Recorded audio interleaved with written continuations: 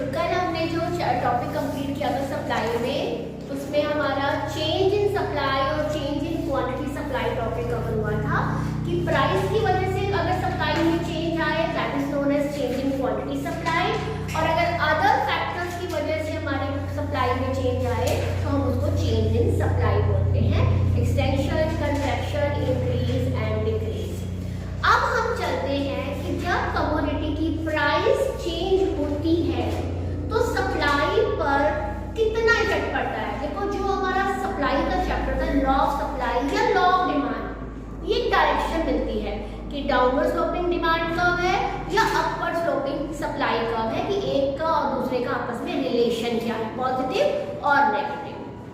लेकिन जब एक फैक्टर चेंज होता है, like the price of the commodity changes, then how much quantity supplied will be affected by the change in the price, that is measured through the concept of price elasticity of supply। ये stretchability देखता है आपकी, कितना stretch होता है, कितना, how much, यानी quantitative term में सप्लाई पर कितना अफेक्ट आता है due to change in the price of the commodity, that is the elasticity of supply. So today will discuss about the elasticity of supply.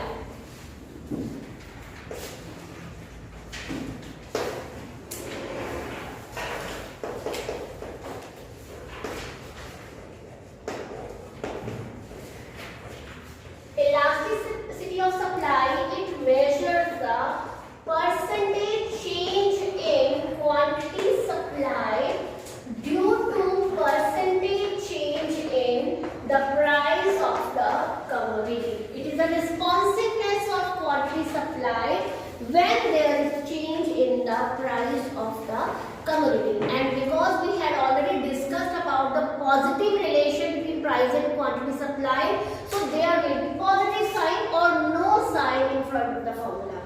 हमने जब इलास्टिसिटी ऑफ डिमांड किया था उसमें हमारा नेगेटिव रिलेशन था, तो हमने फॉर्मूले के आगे नेगेटिव साइन को पुट किया था फॉर द न्यूमेरिकल पर्पस।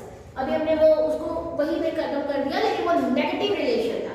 यहाँ पर पॉजिटिव रिलेशन है तो यहाँ आगे कोई भी साइन पुट नहीं करते हैं। अब क्वेश्चन ये है कि इलास्टिसिटी ऑफ सप्लाई को हम मेजर किस तरह से कर सकते हैं। तो अगर हम ग्राफिक मेथड देखें, डायग्रामेटिकल मेथड देखें, तो उसमें हमारी डिग्रीज ही आ जाती है। डिग्रीज क्या है कि अगर प्राइस चेंज हुई है तो सप्लाई पर क्या बहुत ज्यादा इफेक्ट आ रहा है या बहुत थोड़ा इफेक्ट आ रहा है या बिल्कुल भी नहीं आ रहा या इनफाइनाइट लेवल तक है या सेम लेवल का चेंज आता है। These are the degrees of elasticity of supply. Graphically, diagrammatically हम इन डिग्रीज को स्टडी करेंगे। तो सबसे पहले आता है हमारा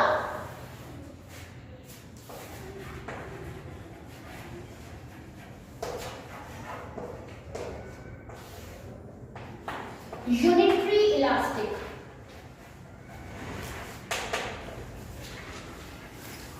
यूनिटरी का मतलब क्या होता है?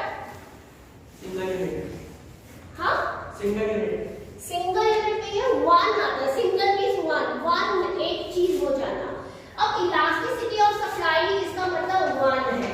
अब इसका मतलब क्या है? How do we define the term unitary elastic? That is when the percentage change in price leads to the same percentage change in quantity supplied.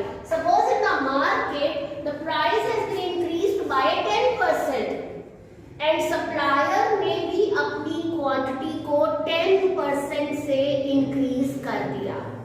Now what is the formula to calculate ES? Percentage change in Q upon percentage change in P.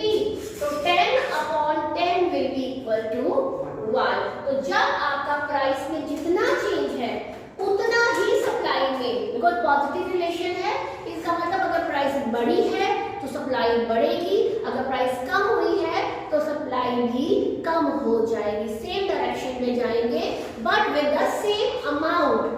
In that case, your ES will be equal to 1. Suppose there is 10% increase हुआ price में, तो उससे 10% increase ही quantity में आ गया, then ES is equal to 10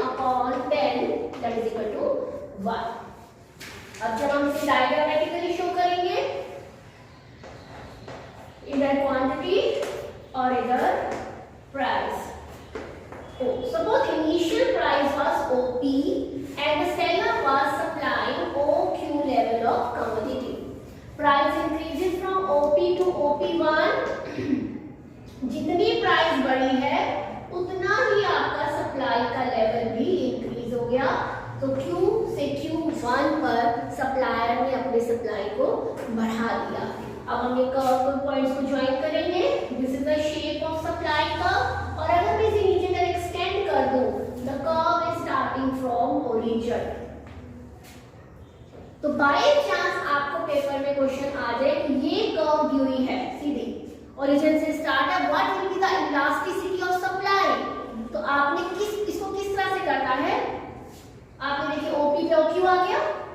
एक change देख लो, जितना चेंज पी में अगर उतना ही क्यू में है, या सिंपल सी बात, the supply curve is 45 degree angle curve, तो 1 to 1 रिलेशन चलता है। In that case elasticity of supply is equal to 1। This is a unitary elastic supply. Second आता है आपके पास ग्रेटर देन यूनिटरी।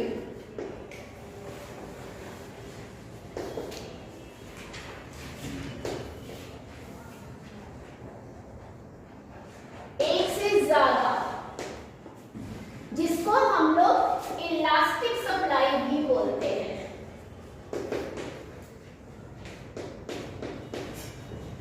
हाँ जी रजा, मैम वो आपने 45 डिग्री पे लिखा है एंगल एसओक्यू, वो क्या है, मतलब उसका रिलेशन समझ में आया? बेटा सप्लाई कर्व तो ये थी हमारी अपवर्ड स्लोपिंग। मैंने कहा अगर आप पीछे से एक्सटेंड कर दो तो curve is starting from origin and 45 degree angle curve का मतलब होता क्या है, कोई भी कर्व अपवर्ड स्लोपिंग और 45 डिग्री का है, इसका मतलब दोनों वेरिएबल्स जो है उनकी आपस की रेशियो कांस्टेंट चल रही है। जितना इंक्रीज एक वेरिएबल में उतना ही इंक्रीज आपका दूसरे वेरिएबल में है। जैसे इस एग्जांपल में 10% इंक्रीज अगर प्राइस में था तो 10% इंक्रीज ही उसकी वजह से क्वांटिटी में आ गया।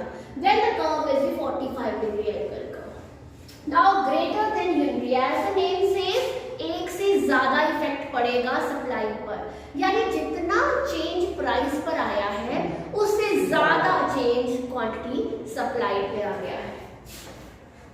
Well, the percentage change in price leads to more percentage change in quantity supply. Suppose the price increases by 10% and उसके बाद उसकी वजह से सप्लाई में suppose 15% का increase प्रोड्यूसर ने कर दिया। Now ES says percentage change in QS, that is 15 upon percentage change in price, that is 10, 1.5, which is greater than 1. तो greater than unitary elastic supply करना है।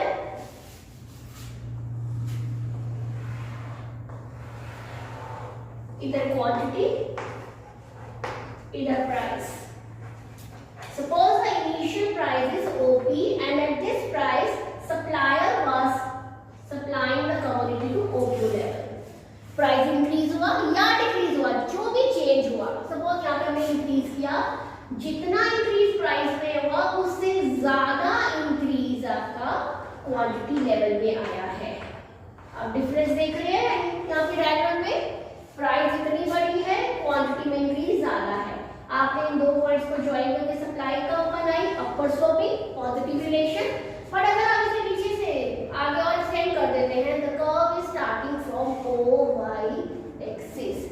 इसका मतलब पता क्या होता है कि कंज्यूमर ने इतनी प्राइस फिक्स कर दी है कि मैं इससे कम पे नहीं बेचूंगा। जैसे याद है लास्ट के एग्जांपल में मैंने कहा था अगर 1 रुपी है उसने कहा मैं नहीं बेचूंगा, तो उसने मिनिमम प्राइस को फिक्स कर दिया, उसने अपनी सप्लाईज के बाद से शुरू की है।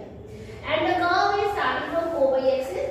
मैं इसलिए बता रही हूँ कि पेपर में कई बार डायग्राम गिवन होते हैं और वो कहते हैं इलास्टिसिटी को मेजर करो। तो अगर आपका डायग्राम में ये बनी है चीजें, या इस तरह से है, इस तरह से है, या ये दे दी है, तो आपने इसको देखना है, ये प्राइस ये क्यों, ये प्राइस ये क्यों, प्राइस में जितना चेंज क्वांटिटी में उससे ज्यादा चेंज है। तो हर तरह से क्वेश्चन आ सकते हैं, ओरिजिन से स्टार्ट होते हुए भी, एक्सिस से स्टार्ट होते हुए भी, या सिंपल आपसे पूछ लिया कि ग्रेटर देन यूनिटरी क्या होता है। तो जब एक से ज्यादा चेंज है, it means supply is elastic. Elasticity different चीज है, इलास्टिक का होना डिफरेंट चीज है। इलास्टिसिटी तो मतलब तो ये है कि सप्लाई में change due to change in any factor, चाहे वो प्राइस है, चाहे वो नंबर ऑफ द फर्म्स है, चाहे वो प्राइस ऑफ अदर गुड्स है, चाहे वो टेक्नोलॉजी क्यों ना हो। तो इलास्टिसिटी तो किसी भी फैक्टर की मेजर की जा सकती है कि एक चेंज हुआ तो दूसरे में कितना चेंज हुआ। इलास्टिक बताता है आंसर कि जब प्राइस चेंज हुई तो उससे सप्लाई में ज्यादा चेंज आया, दिस इज द आंसर, कि उससे ज्यादा चेंज आ रही है, then supply is more elastic और greater than unitary elastic. Third degree है less than unitary elastic supply, और जिसे हम इन इलास्टिक भी बोलते हैं।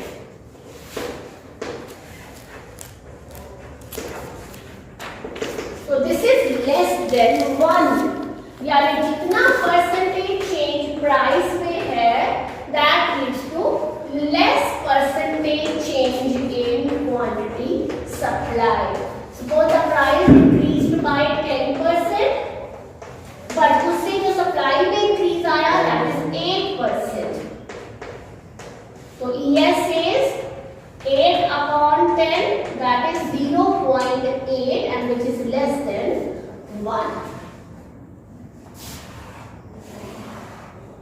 A quantity, इधर प्राइस, ये ओरिजिनल प्राइस की एक क्वांटिटी थी। अब प्राइस में अगर इंक्रीज ज्यादा है और क्वांटिटी में कम है, ये देख रहे हैं आप, ये प्राइस में इंक्रीज आया OP to OP1, but quantity बड़ी जरूर है because there is a positive relation, but उससे कम लेवल पे बड़ी है। तो ये आपने पॉइंट ज्वाइन किए, this is the shape of supply का अपवर्ड स्लोपिंग, बट अगर आप नीचे एक्सटेंड कर दो तो इट इज स्टार्टिंग फ्रॉम, यानी कि प्रोड्यूसर इतना डेस्परेट है कि जीरो पर भी बेचने को तैयार हो गया है। वो प्राइस, जैसे कि ना एक बार केस हुआ था कि पोटैटोस की प्रोडक्शन बहुत ज्यादा हो गई थी अभी पंजाब साइड में, तो लोगों ने मतलब बिक तो जितनी चाहिए उतनी रहे थे, इतनी ज्यादा प्रोडक्शन थी कि फार्मर्स ने सड़कों पे फेंक दिए थे, क्योंकि स्टोर भी तो करना पड़ता है उनको, हर चीज की उनकी कॉस्ट पड़ती है, वेयर हाउसिंग, उनको स्टोर करना, उनको बचा कर रखना अभी इंसेक्टिसाइड से या कोई और प्रॉब्लम ना आ जाए, तो उन्होंने सड़क पे फेंक दिए थे, इतनी प्रोडक्शन था ना। This is the case of this elastic.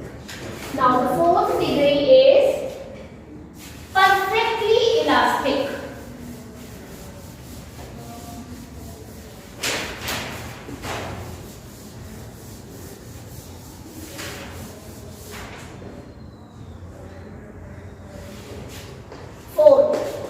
Perfectly elastic supply पूरी तरह से इलास्टिक है, यानी कि हमने तो प्राइस को फिक्स कर दिया, आप चाहे तो 1 यूनिट बेचे या खरीदे, चाहे तो 2 यूनिट्स बेचे या खरीदे, बायर के पॉइंट ऑफ व्यू से खरीदना हो गया और सेलर के पॉइंट से वो बेचना हो गया। Like in the case of perfect competition market, last time हमने डिस्कस किया था, in this market the price which is given by industry that remain constant.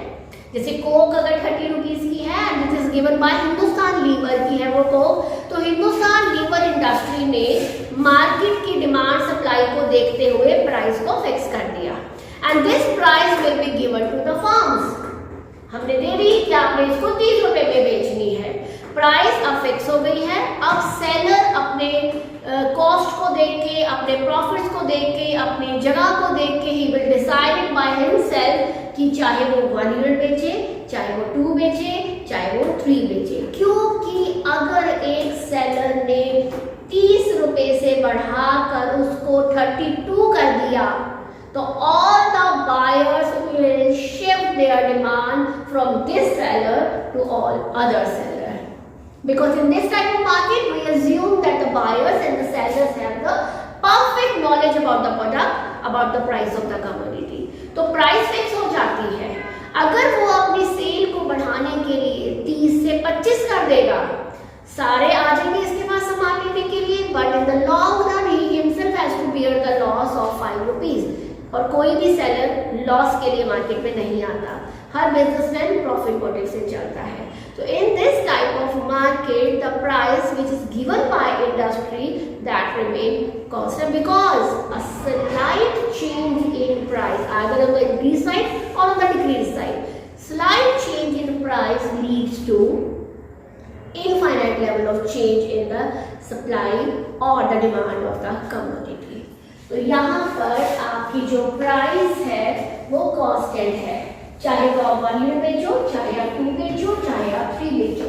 Price Q, Q1, Q2, यहाँ पे यूनिट्स आ गए, यहाँ पे प्राइस आ गई।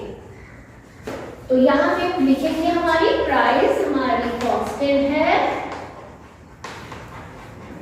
तो इलास्टिसिटी पूरी है, क्वांटिटी चाहे जितनी मर्जी आप बेच सकते हैं या बायर उसे खरीद सकते हैं, because a slight change in price leads to infinite change in quantity supply और क्वांटिटी डिमांडेड। अब फॉर्मूला से परसेंटेज चेंज इन Q अपॉन परसेंटेज चेंज इन P, क्वांटिटी में चेंज आ रहा है बट प्राइस में कोई चेंज नहीं आ रहा, anything upon 0 will be infinite. तो इलास्टिसिटी बहुत ज्यादा है जो मेजर भी नहीं की जा सकती है, क्योंकि एक फैक्टर आपका डिनोमिनेटर का कांस्टेंट हो गया है। And the last case is perfectly inelastic.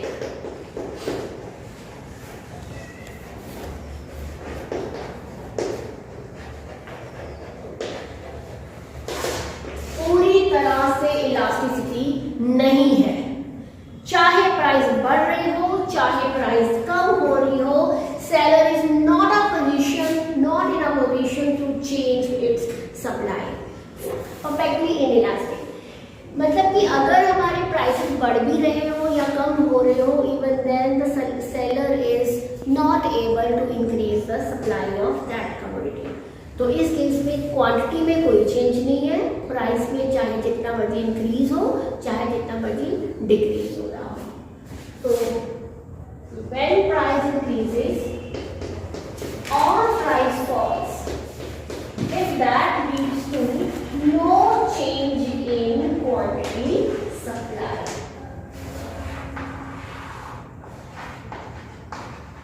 in the quantity or the price.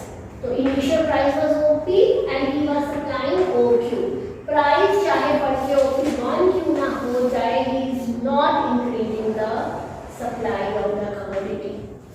This is the supply curve parallel to OY axis.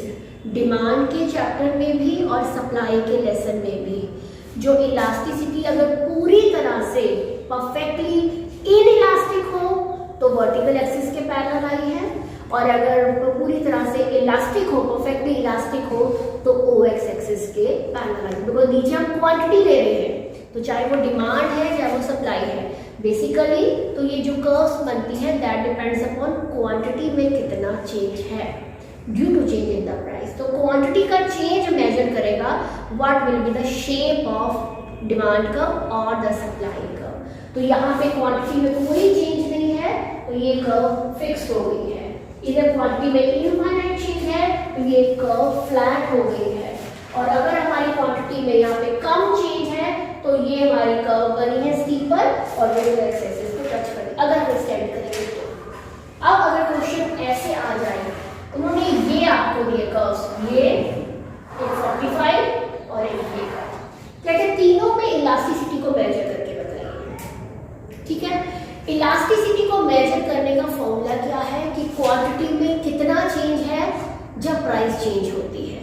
ठीक है, अगर मैं ये पॉइंट लेती हूँ, सपोज इनिशियल पॉइंट लिया, ये OP ये OQ ले लिया, ठीक है, प्राइस इंक्रीज की मैंने, तो देखो क्वांटिटी में कितना इंक्रीज है, प्राइस में ज्यादा चेंज है कि क्वांटिटी में?